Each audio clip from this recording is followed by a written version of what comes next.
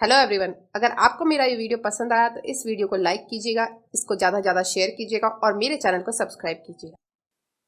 Hello everyone, आज मैं अपना नया वीडियो स्टार्ट करने जा रही हूँ और वो है सेक्शन 40 से लेके सेक्शन 44 तक जो डील करता है टॉपिक, और वो है judgements of court of justice when relevant. और इस पर्टिकुलर वीडियो के अंदर मैं सेक्शन 40 को डिस्कस करूँगी और सेक्शन 41 को, और बाकी के जो सेक्शंस हैं वो मैं अपने नेक्स्ट वीडियो में कवर करूँगी। और बेसिकली इसके अंदर दे रखा है judgements of court of justice when relevant, मतलब जजमेंट जो कोर्ट ऑफ जस्टिस का है और वो कब रेलेवेंट होंगे, ये सेक्शन 40 से लेके 44 में है। और इसके अंदर बेसिकली सेक्शन 40 जो है वो बात करता है कि अगर कोई भी जजमेंट है, डिक्री है, कोई ऑर्डर है और वो रोकता है कोर्ट को,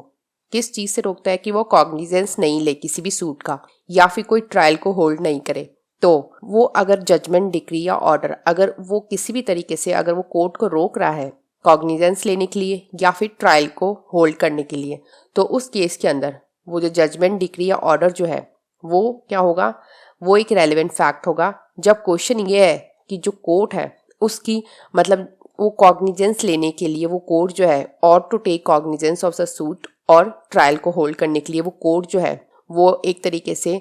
उस कोर्ट के ऊपर अगर कोई क्वेश्चन है कि वो कोर्ट जो है वो कॉग्निजेंस ले सकती है या फिर वो ट्रायल होल्ड कर सकती है, अगर ऐसा कोई क्वेश्चन है तो उस क्वेश्चन को डिसाइड करने के लिए जो भी कोई जजमेंट, डिक्री या ऑर्डर है, वो जजमेंट, डिक्री या ऑर्डर जो है वो यहाँ पर रेलेवेंट होगा उस कोर्ट का, जो किसी भी तरीके से कोर्ट को क्या कर रही है, कॉग्निजेंस लेने से रोक रही है या फिर वो किसी ट्रायल को होल्ड करने से मतलब बेसिकली कोर्ट को रोक रही है, ऑर्डर दे रही है। अगर ऐसा कोई जजमेंट, डिक्री या ऑर्डर है और वो कोर्ट को रोक रहा है कि वो कॉग्निजेंस किसी भी सूट का नहीं ले या कोई ट्रायल होल्ड नहीं करे, तो उस केस के अंदर वो जजमेंट, डिक्री, ऑर्डर जो है वो एक रेलेवेंट फैक्ट होगा। जब क्वेश्चन ये होगा कि जो भी कोर्ट है उसे वो कॉग्निजेंस लेना चाहिए या नहीं लेना चाहिए उस सूट का, या उस ट्रायल को होल्ड करना चाहिए या नहीं होल्ड करना चाहिए, उस केस के अंदर बेसिकली यही बात कर रखा है सेक्शन 40 के अंदर। मतलब बेसिकली सेक्शन 40 जो है वो एक तरीके से जजमेंट, डिक्री या ऑर्डर की बात करता है, और वो जजमेंट, डिक्री, ऑर्डर जो है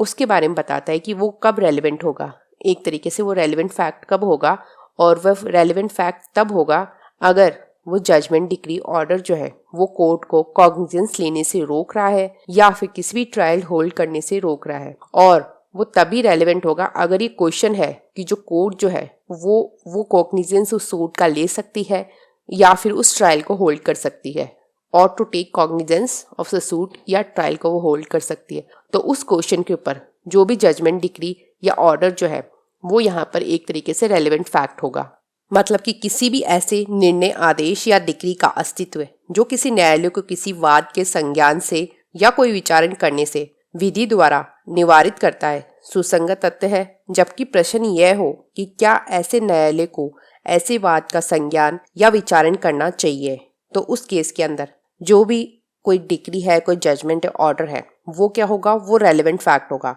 और वो रेलेवेंट फैक्ट तभी होगा जजमेंट, डिक्री, ऑर्डर जब कोर्ट को वो रोक रहे हैं और किसी भी कॉग्निजेंस लेने के लिए किसी भी सूट का या ट्रायल को होल्ड करने के लिए, तब वो रेलेवेंट फैक्ट होंगे। जब क्वेश्चन ये है कि उस कोर्ट को जो है whether such court ought to take, कि वो कोर्ट जो है वो कॉग्निजेंस ले सकती है उस सूट का या फिर ट्रायल को होल्ड कर सकती है, उसके बारे में अगर कोई क्वेश्चन है, तो उस केस के अंदर जो भी कोई जजमेंट, डिक्री, ऑर्डर है कोर्ट का, वो क्या होगा, वो रेलेवेंट फैक्ट होगा। मतलब बेसिकली कोई पहले का कोई जजमेंट जो है वो उसके बारे में ये बात करता है, प्रीवियस कोई जजमेंट है तो वो क्या होगा, वो रेलेवेंट होगा, और दूसरे किसी सूट को या फिर ट्रायल को रोकने के लिए, सेकंड सूट या ट्रायल को बार करने के लिए जो पहले का जो भी जजमेंट, डिक्री, ऑर्डर है वो रेलेवेंट फैक्ट होगा यहाँ पर सेक्शन 40 के अंदर। और सेक्शन 41 जो है वो बात करता है कि अगर कोई भी मैटर इन सारे सब्जेक्ट्स के बारे में है, जैसे कोई मैट्रिमोनियल का है, किसी एडमिरल्टी का है, प्रोबेट का है, इंसॉल्वेंसी का है,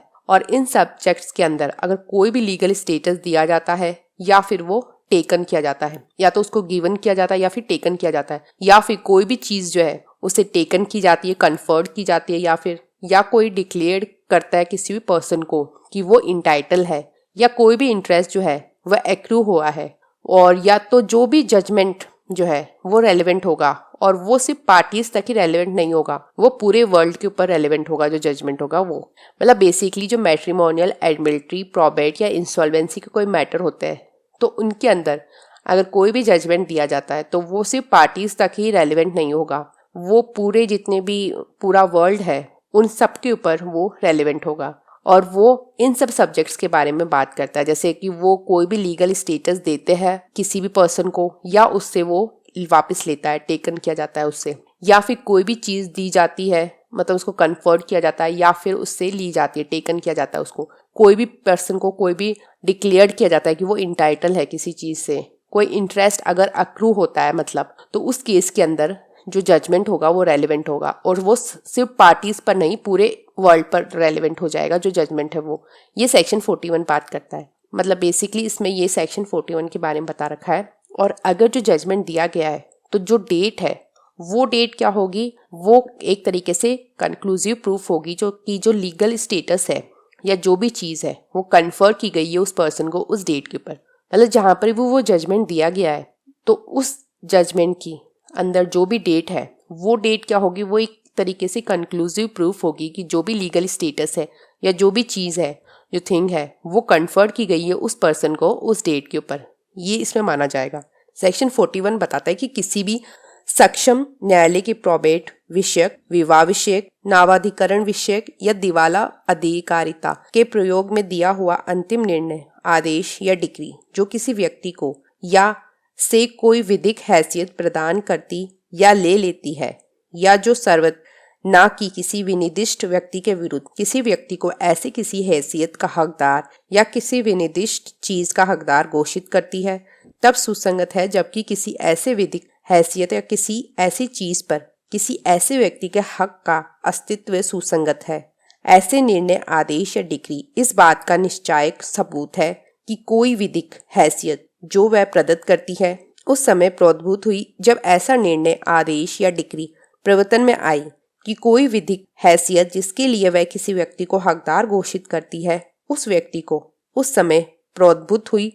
जो समय ऐसे निर्णय, आदेश या डिक्री द्वारा घोषित है कि उस समय वह उस व्यक्ति को प्रोद्भूत हुई। कि कोई विधिक हैसियत जिसे वह किसी ऐसे व्यक्ति से ले लेती है जो उस समय खत्म हुई जो उस समय ऐसे निर्णय, आदेश या डिक्री द्वारा घोषित है कि उस समय से वह हैसियत खत्म हो गई थी या खत्म हो जानी चाहिए। और कि कोई चीज जिसके लिए वह किसी व्यक्ति को ऐसा हकदार घोषित करती है उस व्यक्ति की उस समय संपत्ति थी जो समय ऐसे निर्णय, आदेश या डिक्री द्वारा घोषित है कि उस समय से वह चीज उसकी संपत्ति थी या होनी चाहिए। तो बेसिकली इसके अंदर सेक्शन 41 के अंदर बता रखा है कि जो भी मैटर इन 4 पॉइंट्स में आता है, जैसे कि अगर कोई भी इन सब्जेक्ट्स के बारे में बात करता है, जैसे मैट्रिमोनियल है, एडमिरल्टी है, प्रोबेट है या इंसॉल्वेंसी है, तो इनके अंदर बेसिकली अगर कोई भी पर्सन है तो उन मैटर से रिलेटेड जो जजमेंट होगा वो जजमेंट क्या होगा, वो पूरे वर्ल्ड के ऊपर लागू होगा। और ये मैटर जो होगा उसके अंदर जो जजमेंट जो दे रखा है उसकी जो डेट है वो कंक्लूसिव प्रूफ होगी कि उस डेट के ऊपर जितना भी लीगल स्टेटस है उस पर्सन का, या फिर कोई भी चीज जो कन्फर्ड की गई है उस पर्सन को, वो एक तरीके से उस दिन जो डेट दे रखी है उसके अंदर जजमेंट पे, तो वो एक तरीके से कंक्लूसिव प्रूफ होगी वो डेट। और बाकी के जो सेक्शंस है वो मैं अपने नेक्स्ट वीडियो में कवर करूंगी। अगर आपको मेरे इस वीडियो से कुछ भी अच्छा सीखने को मिला तो मेरे इस वीडियो को लाइक कीजिएगा, इससे ज़्यादा शेयर कीजिएगा और मेरे चैनल को सब्सक्राइब कीजिएगा। Thank you and stay tuned.